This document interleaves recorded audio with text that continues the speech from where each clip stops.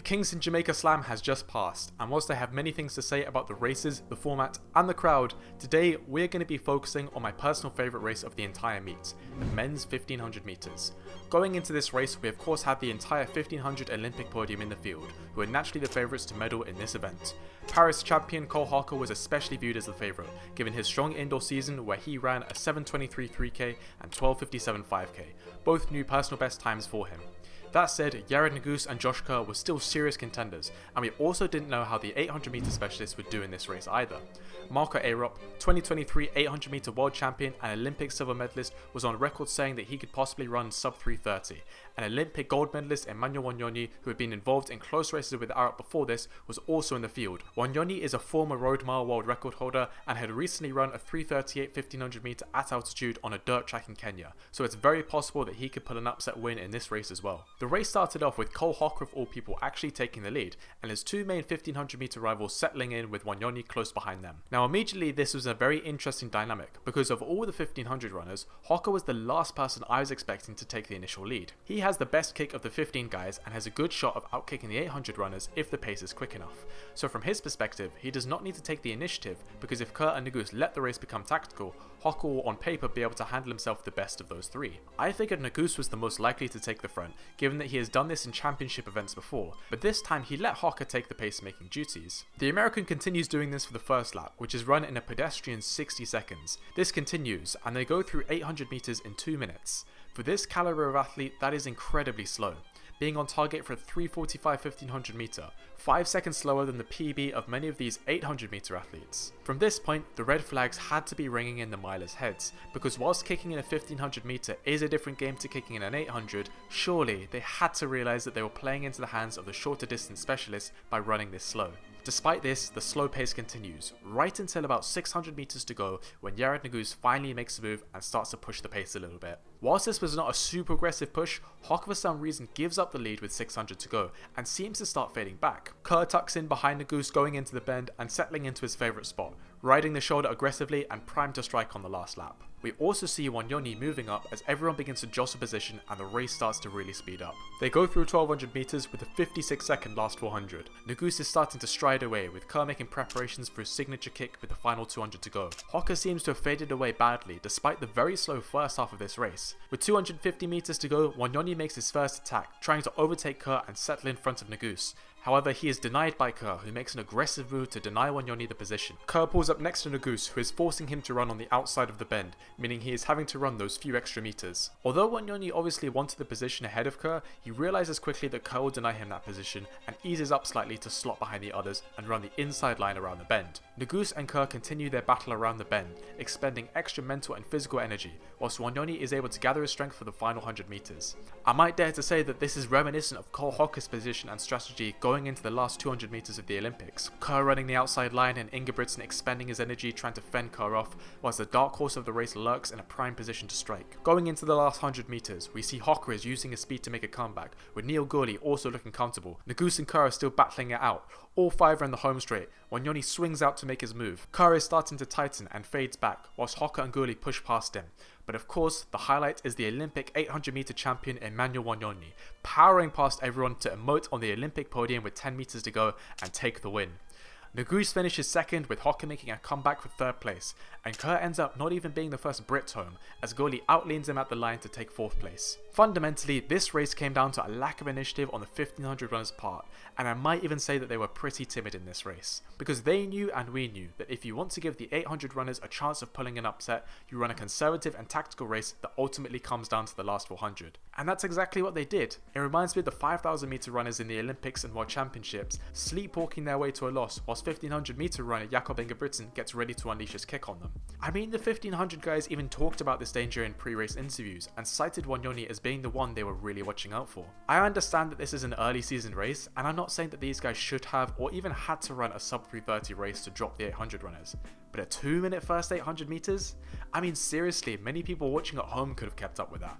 I probably could have kept up with that. I said in my pre-race prediction that the pace should and probably will be low 330s. Let's say a 332 or low 333, because that strikes the balance nicely of not requiring a huge amount of strength from the beginning, but still makes it much harder for a Wanyonyi to really kick on them. I know I've kind of laid into the 1500 guys in this video a bit, and it's easy to criticize these Olympians from the comfort of my desk, but it does feel like they could have done a bit better here. It makes me wonder why these guys did not push it from the beginning. Looking at the rest of the meet, it seems they just didn't have the legs, because their performance in the 800 was pretty poor as well. In this race we saw Marco Arop, who unfortunately did get rolled in the 1500 race, take the 800 meters by the scruff of the neck, exactly how the 1500 runners should have for their race. Right from the gun, Arop took an aggressive lead and 200 meters in had dropped his competition badly, with Wanyonyi being the only person really keeping up. Hopper was also in the mix for the first lap but began to fade later on. We saw Wanyonyi also try to make his move down the back straight, but Arop fended him off and opened the gap in the last 150 meters to win with a dominant display of front running.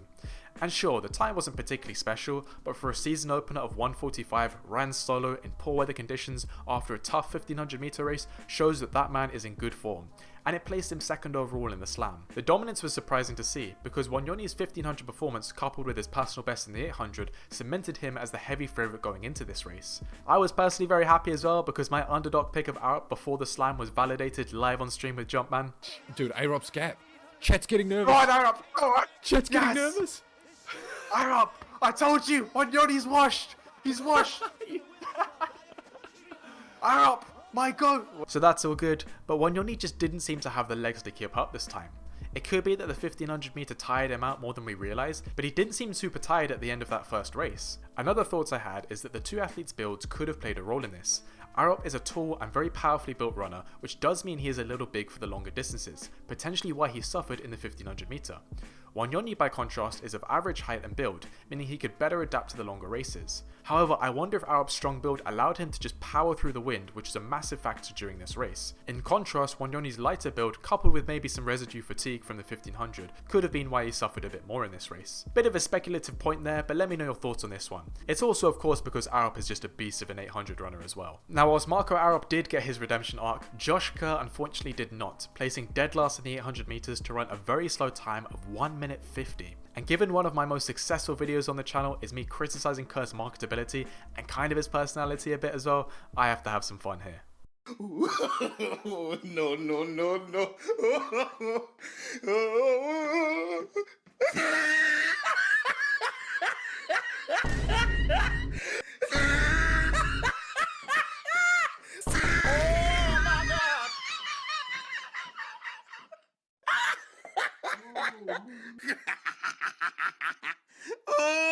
Okay, now that's out of my system, I do want to give Kerr his credit in one aspect, because this channel is of course about being fair and balanced at the end of the day.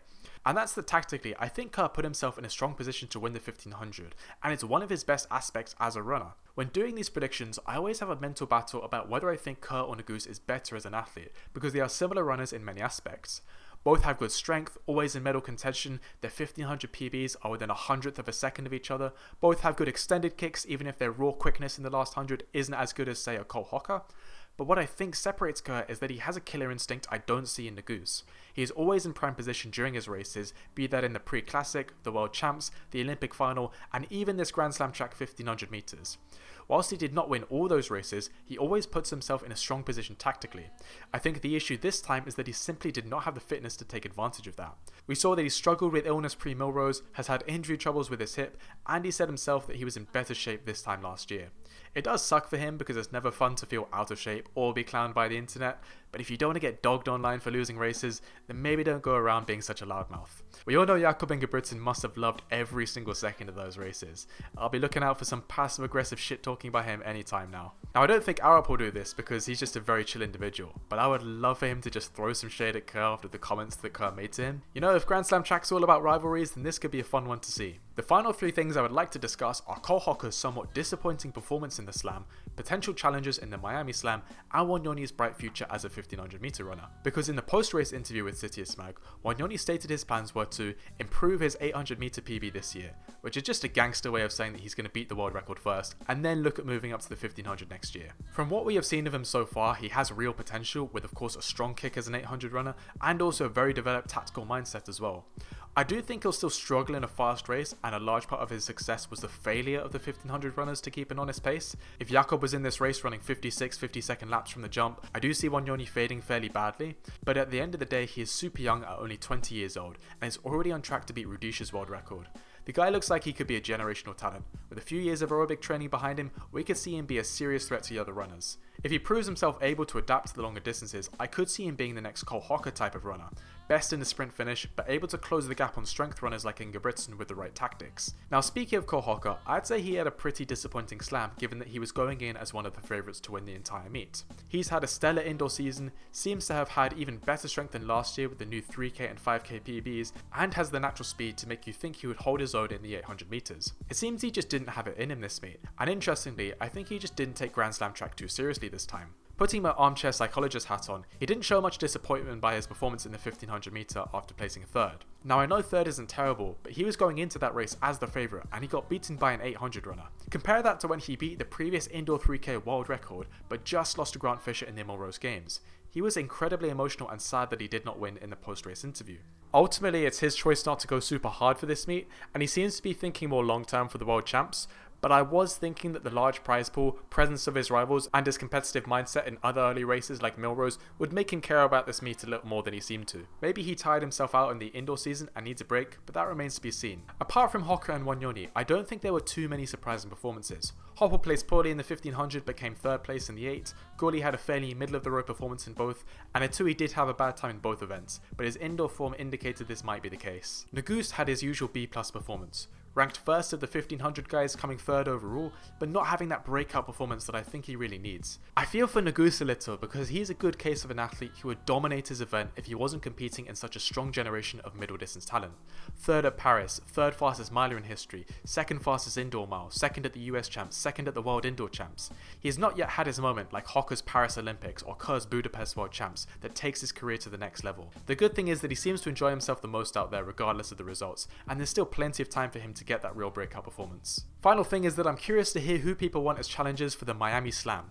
It seems pretty obvious to get Wanyonyi back if he wants to. I'd love to see how the 1500 runners respond to him now that they know how much of a threat he can be. And of course the hype going into that rematch would certainly be fun. Hobbs Kessler and Josh Hoey are also names I hear talked about a lot. Kessler has strong versatility, being the only person to be in the final of both the 8 and 1500 meters in Paris. He's also a young, hungry and exciting athlete to watch. Josh Hoey is someone I hear talked about a lot, but I would like to see him get a little quicker in the 1500 before I get super excited about him. But based on his indoor season, he seems to be on track to do that. Another 800 runner I'd like to see is Yamo Sajati, the Olympic bronze medalist who seems to have kind of left everyone's mind a little bit since last season. He is definitely in the top 3 for the best 800 meter runners around the world and is known to have a monster kick in that last 200. Regular races of him versus Arap and Wanyonyi would be a real treat. And I'll hopefully get to return to my boy Jumpman's channel and watch it live with you guys like we did for Kingston. If you want to see my videos on the good, the bad and ugly of Grand Slam track, then click on this video here. If you want to see my updated version of whether I think Grand Slam track will be successful long term, then click on this video here. I will have a follow-up video to both of these coming out soon in light of the Kingston Slam, so stay tuned for that. Thank you very much for watching, thank you also for 2,000 subscribers, and I'll see you in the next one guys. Happy training.